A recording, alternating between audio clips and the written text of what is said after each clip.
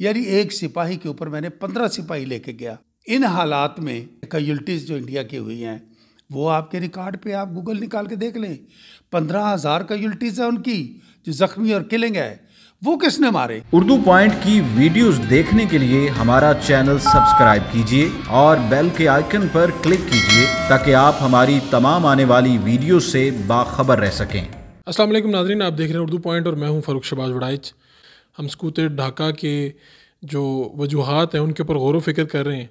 तो मेरे साथ कर्नल ज़ेड.आई. फ़ारूक साहब मौजूद हैं, जो ये वाक़या हुआ इसके ऐनी शाहिद आप समझ लीजिए। और फिर कैद में भी रहे, इंडियन जेलों में भी वक्त गुजरा। तो कर्नल ज़ेड.आई. फ़ारूक साहब, बहुत शुक्रिया आपके टाइम का। मैं तो आपको सुनता रहता हूँ, आपने किताब भी बड़ी शानदार लिखी। मैं तो ये पूछना चाहूँगा, मुख्तसर अगर हम देखने वालों को कुछ बता सकें, समझा सकें। वैसे तो ये बड़ा वसी मौजू है। देखिए, देखने वालों के लिए, अपनी कौम के लिए दो चीज़ें हैं जो कि इंतहाई ज़रूरी हैं। एक तो ये है कि इंडिया ने जो एक प्रोपेगेंडा शुरू किया और उसमें हमारी कौम के ज़हन पर ये डालने की कोशिश की गुज़श्ता कई सालों से कि हम एक उनसे हारे और बुरी तरह हारे और ये हमें एक शर्मिंदगी का बायस ऐसे होता है।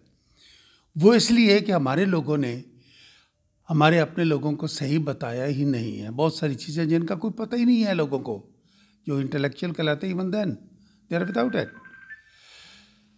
अब मैं इनमें जो देखता हूँ वो, जब मैं गया हूँ 70 की दहाई में, 70 के सितंबर 30 सितंबर 1970 मैं वहाँ पहुँचा। उस वक़्त बज़ाहिर सब चीज़ें ठीक थी जो नज़र आता था, लेकिन सिवाय ढाका और चिटागांग के पूरे मशरक़ी पाकिस्तान में इतना जहर फैल चुका था जिसका कि वेस्ट पाकिस्तान में कोई अदा न था। तो हमारे जो जाने वाले उनको ये होना चाहिए कि हम वहाँ तक पहुँचे कैसे। ये बंगाल तो वो जगह थी जहाँ से पाकिस्तान का ख़मीर उठा, वहाँ से आवाज़ उठी।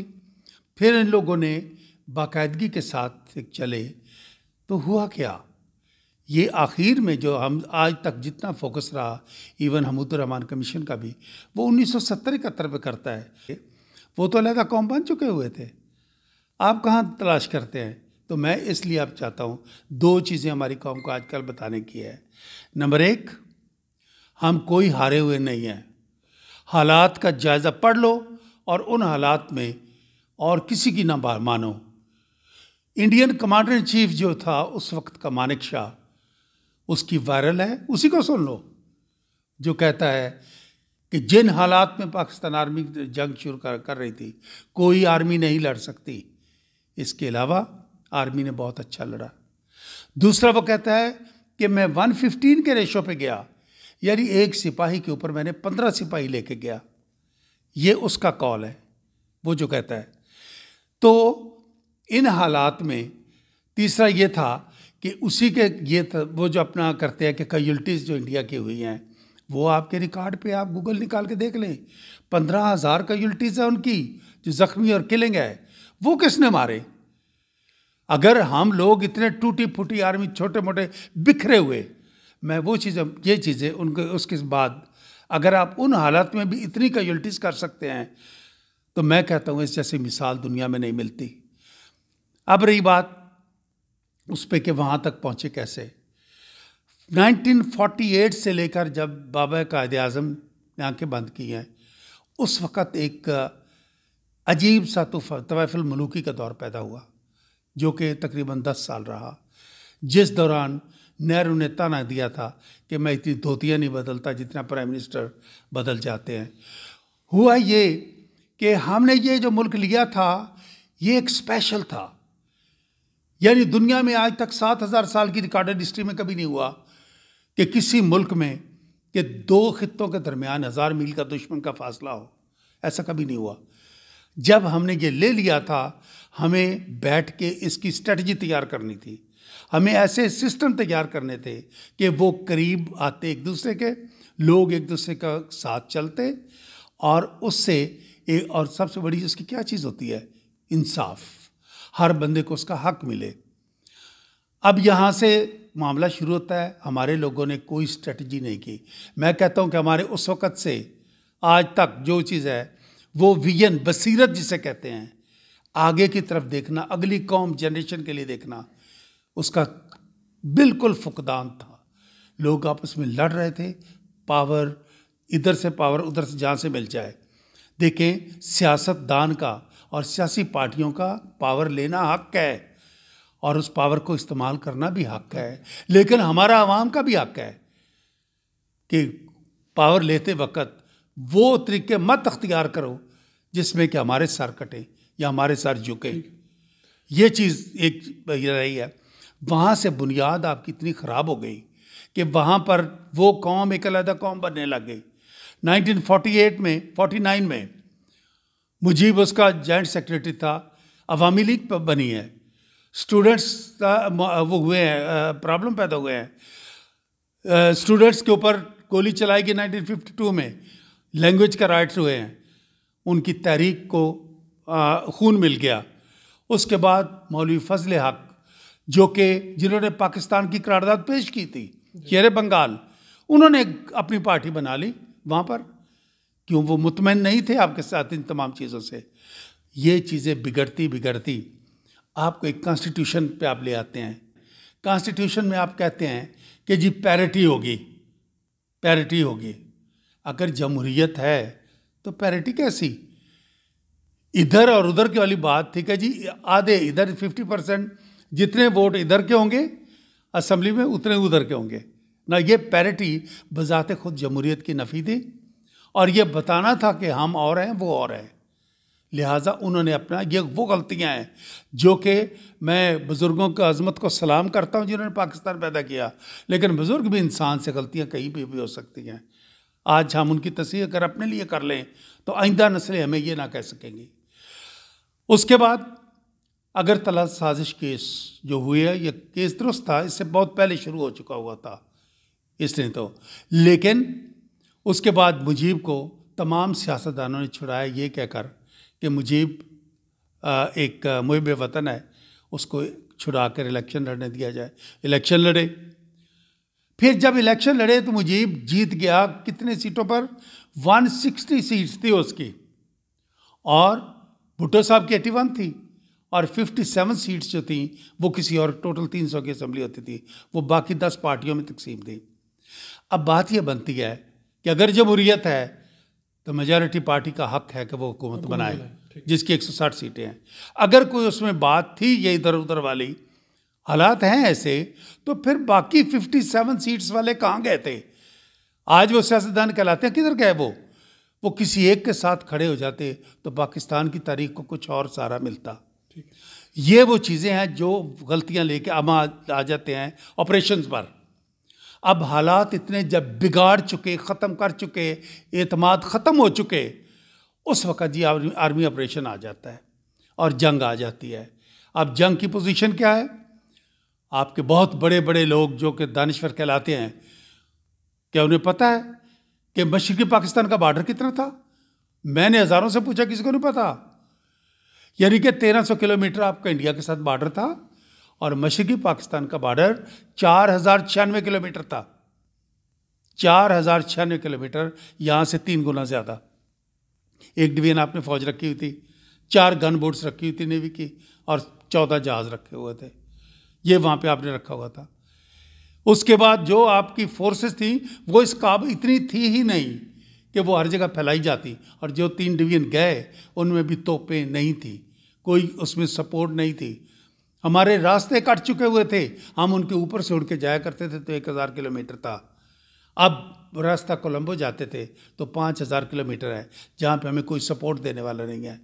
इन हालात में 9 महीने से लड़ती हुई, सिविल वार की लड़ती हुई जो फोर्स है, उसको आप जंग में डाल रहे हैं, जबकि वो ताज़ा दम होकर 9 महीने, according to that Manik Shah का यह है कि मैंने 9 महीने मुकम्मल तैयारी करके ताज़ा दम फौज तैयार की। ये उसी का मैं बयान की बात कर रहा हूँ। अब उस वक़्त आप आमना सामना करते हैं तो क्या होगा? इसके बावजूद जिस तरीके से आपकी आर्मी लड़ी, एक और चीज़ बहुत याद रखें, ग्राउंड बड़ा मैटर करता है। हम यहाँ प्लेन के रहने वाले हैं, ये नहरें हैं चंद एक जिनके ऊपर हमें डिफेंस करना पड़ता है, हमारे पास इक्विपमेंट है। वहाँ पर क्या पता है आप लोगों को 35 दरिया थे आपके दरियासन से बड़े। इतने दरियाओं के साथ नदी नाले कैसे निकलते थे, और हमारे लोगों को फंगस लग गया था पाँव को और जिस्म के पोशीदा हिस्सों को। और फिर उसके बाद आज बजाय इसकी ये सारी चीज़ें, मैं ये इसलिए कह रहा हूँ कि कसूर ये कौम लड़ती कौम हारती कौम जीतती है, कसूर किसी एक पर ना डाला जाए। कसूर को सबका है। किसी एजुकेशनिस्ट ने, एजुकेशन वालों ने कोई अगर करीब कुर्बत लाना था तो तालीम बहुत बड़ा ज़रिया होती है। कितने लोग थे कि जी इतने हज़ार स्टूडेंट्स जो हैं वो ढाका में पढ़ेंगे, बांग्लादेश की यूनिवर्सिटियों में, कॉलेजों में, और इतने वहाँ से इधर आएंगे। कभी हुआ? नो। कभी ये हुआ कि जी ये लोग जो है टैगोर की इतनी किताबों को ट्रांसलेट करके उर्दू में लेके आए कि हमें पता चले कि वहाँ का मतलब क्या था, लेकिन नहीं हुआ। कभी ऐसा हुआ कि इकबाल को ट्रांसलेट बंगाली में करके भेजा गया हो, नहीं हुआ। हाँ, सिर्फ एक बात, वही जज आज बने हैं, आज मर्सिया लिखने बैठ जाते जी हमारा भाई हमसे जुदा हो गया, तो हरकतें कौन सी थी आपकी जनाब? हर बंदे ने, हर बंदा अगर अपने आप में गिरेबान, मैं ये सही यही कहता हूँ कि बजाय इसके कि एक दूसरे का आज कहते कि जी फौज हार के आ गई, कैसे फौज हार के आई? आप हिसाब किताब लगा लें कितना बनता है। ये नहीं है। कौम के तमाम ये जो शोबे हैं अपना अपना संभालें। अब बात ये आती है कि क्या आज संभाल रहे हैं? मेरा पहला सवाल ये है कि खुदा के लिए जिस तरह 48 to 58 मैंने कहा कि कौम की परवाह किसी को नहीं थी, अपनी अपनी पावर के पीछे पड़े हुए थे, टांग खींचने के पीछे पड़े हुए थे, आज भी वही कर रहे हो। सबक सीखो और मत करो। मेरा आज इससे हम ये सबक लेते हैं कि ये मत करें, ये जो करते थे। हम लोगों ने, हमारे सियासतदानों ने क्या रखा? हुकूमत गिरानी है जी, फलां जी जमहूरियत का हमने नाम रखा था कि हुकूमत गिराने वाले के। अल्टरनेटिव लेके जाओ, वरना क्या होगा? एक बेहतर नमूना देख के बगैर हमारी भोली सी कौम पीछे चल पड़ती है, वरना क्या होगा? अयूब स्टेबल था, अयूब को गिराया तो या ले लिया। भुट्टो था, जमहूरियत जैसे एक अच्छा उठान उसने लिया था, भुट्टो गिराया, ज़िया ले लिया। उसके बाद मुशर्रफ गिराया, उधर अपना जरदारी साहब ले लिए।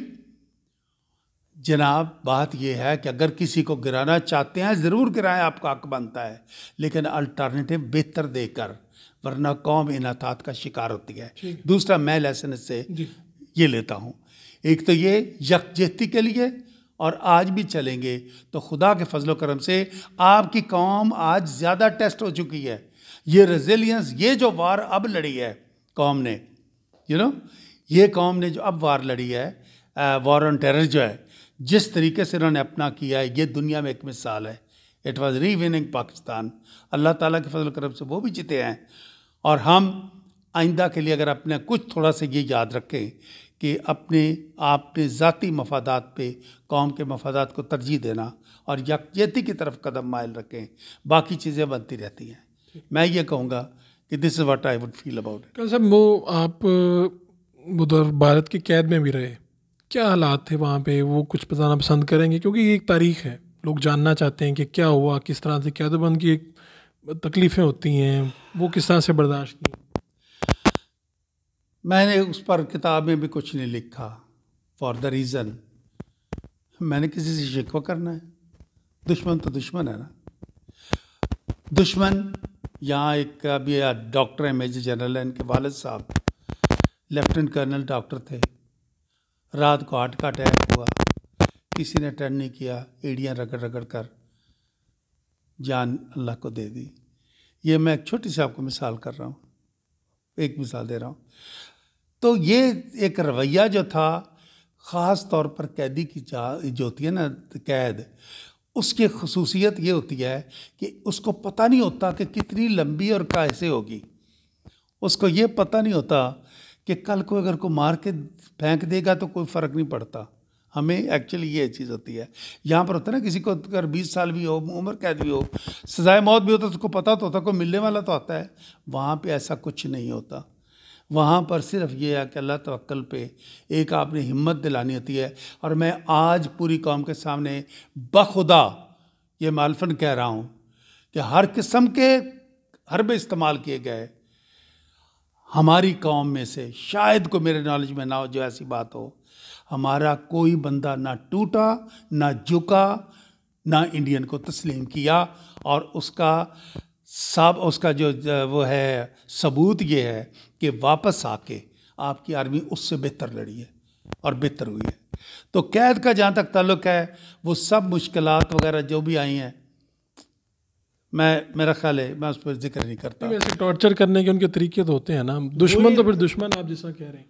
हाँ, वो ठीक है। देखे मेरी बात सुने, दुश्मन है, उन्होंने बाकायदा टार्चर किया, इंटरोगेशन की, टार्चर किया। और मैं क्या बताऊं, मेरे अपने 4 नाखून टूटे हुए हैं। चले इतना सा बता देता हूं आपको, ठीक है। ये जहाँ तक है। फिर जब हमें वहाँ से शिफ्ट किया गया तो बंदों को ऐसे था कि धकेल के बंद किया गया था। जब वहाँ से ढाका से इधर तक आए थे तो 4 उसकी जो थी ना वो क्या उसका नाम है, 4 रातें और 3 दिन ठीक है, बंद थे हम लोग बिल्कुल। कोई पानी, कोई खाना, कुछ भी नहीं है। उसमें से निकले थे, अंदर ही वो जवान बेचारे, कोई मर गया, कोई रह गया, कोई बेहोश हो गया। तो ये वो तरीका था। मैं इसमें इसलिए नहीं जाता कि इतने कमीने दुश्मन से मैं क्या तवक्को करूं, जिसको ताज़ा ताज़ा हमने ज़ख्म दिया हो। कैदी पे कोई रहम नहीं खाता, क्योंकि उसने ताज़ा ताज़ा उनके बंदे मारे होते हैं। हमने तो खुद उनके मारे हुए थे, लिहाजा हम कभी तवक्को नहीं करते थे उनसे। और उन लोगों ने जितने खबीसाना तरीके से, सिर्फ इतना कह सकता हूँ, हो सकता था वो कि उन्होंने किया, लेकिन अल्लाह के फजलो करम से हम कामयाब रहे हैं। अच्छा कल साहब, वो जो एक बंगाली हसीना वाला मामला है, आप वहाँ पे मोहब्बत में मुब्तला हो गए थे, तो वो अब सुनने वालों को तो बता दें थोड़ा सा। देखे, वो मैं कहीं भी हो सकता था। मेरा ख्याल है आपके सामने बैठा हूँ कि आज से 48 साल पहले शायद मैं इस काबिल होता होऊंगा कि कोई मुझसे भी प्यार कर लेता। बहरहाल देखने की बात यह है कि वो एक हादसा था, मैं यूँ कहूँगा एक हादसा था। और वो हादसा ऐसा था कि जो आज तक ना भूल सका। कि मैं यहाँ तक कहूँगा कि उनके मुझे क्यों कदर आती है, बल्कि मैंने जब किताब लिखी तो मेरा बेटा पढ़ के कहता है, पापा ऐसा लगता है जैसे आपने कोई बहुत बड़ा कर्ज उतारना था जो आपने उतारा है।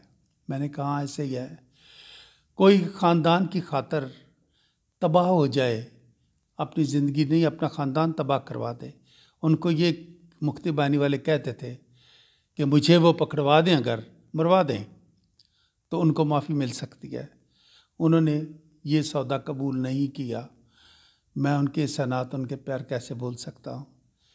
मैंने वहाँ पे, मैं आपको ये भी बताऊँ, बंगाली जो कहते हैं सब नफ़रत भी नहीं करते थे। वहाँ का एक्चुअल जो मेरा जो असेसमेंट थी ना, वो ये है 10% लोग वो थे जो आपके सामने हथियार लेके खड़े हो गए थे। 10% का मतलब था 7 करोड़ का 10% होता है 70 लाख। ठीक है, 10% वो थे जो आपके साथ खड़े हो गए। और आज बुढ़ापे में फांसियां जिनको मिल रही हैं, आज भी वो प्यार नहीं छोड़ा उन्होंने। वो धरती प्यार वाली थी वैसे। अब उस पर क्या हुआ, दरमियान में जो 80% है वो उसमें से 40% वो थे जो जिनकी हमदर्दियाँ हमसे थी, डरते उनसे थे। और 40% वो थे जिनकी हमदर्दियाँ उनसे थी और डरते हमसे थे। तो वो जो 80% दरमियान में था, वो जो उनको घेर लेता था वहाँ पे वो ढेर हो जाते थे।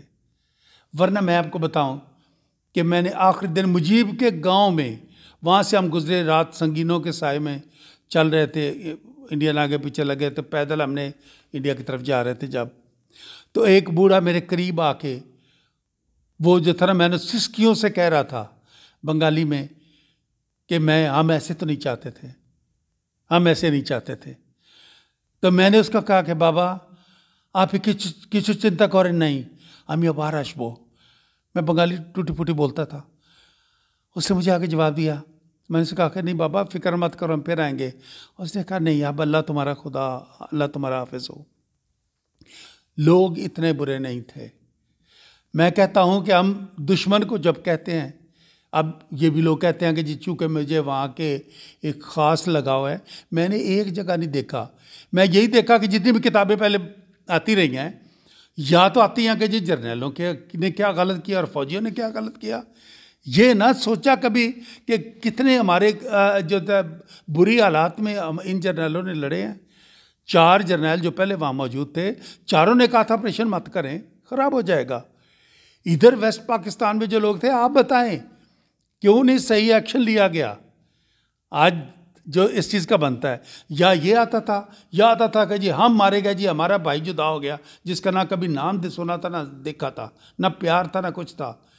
देखें ये एक वो जो रवैया था वही लेके चलते रहे भेड़ चाल। मैं ये बताऊं आपको, मैंने इसलिए किताब में ये अपना भी सारा सोशो पॉलिटिकल मैंने एनालिसिस किया है कि वहाँ पे लोगों को पता करें कि वहाँ पे इंसान भी रहते थे, उनका भी दिल था, वो भी लोग थे और उनमें प्यार भी था, उनमें नफ़रतें भी थी, प्यार भी था। और ये इस तरह का था कि कभी कभी दोनों ही गलत नहीं होते और दोनों ही अपनी अपनी लगन में दुरुस्त होते हैं, लेकिन कुछ वक्त टकराने का भी होता है, मुकद्दर में ऐसा भी लिखा होता है।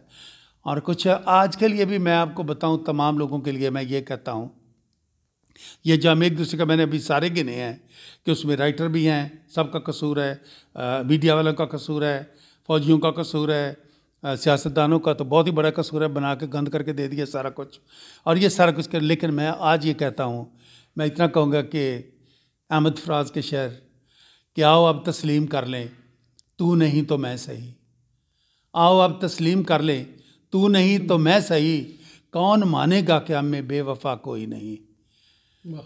मैं समझता हूँ कि आज हमें अपने मुल्क जो हमारे पास मौजूद है, बंगाल के साथ, बांग्लादेश के साथ हमें हालात बेहतर से बेहतर करने चाहिए। बांग्लादेश के 7 मुल्हिका सूबे हैं, उनकी रियासतें आसाम, मेघालय, त्रिपुरा, वेस्ट बंगाल, ये उनके 7 एरिया है जहाँ पर आज हंगामे हो रहे हैं, जो इनको शरीयत का इन्होंने बिल पास किया है। ठीक है जी, आज हमें उस इलाके में अपनी बेहतर ताल्लुकात रखने चाहिए और इस तरीके से, और अपना जो हमारे यहाँ पर है हमें अपने आप को संभालना चाहिए ताकि कुछ भी ऐसी ना हो कि हम कहीं फिर रास्ते से भटक जाएं।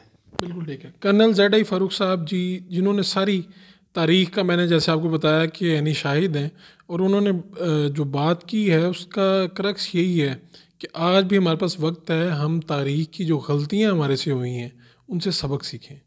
अपने मेज़बान फ़ारूक शहबाज बड़ाइच को इजाज़त दीजिए। अल्लाह ने के बाद।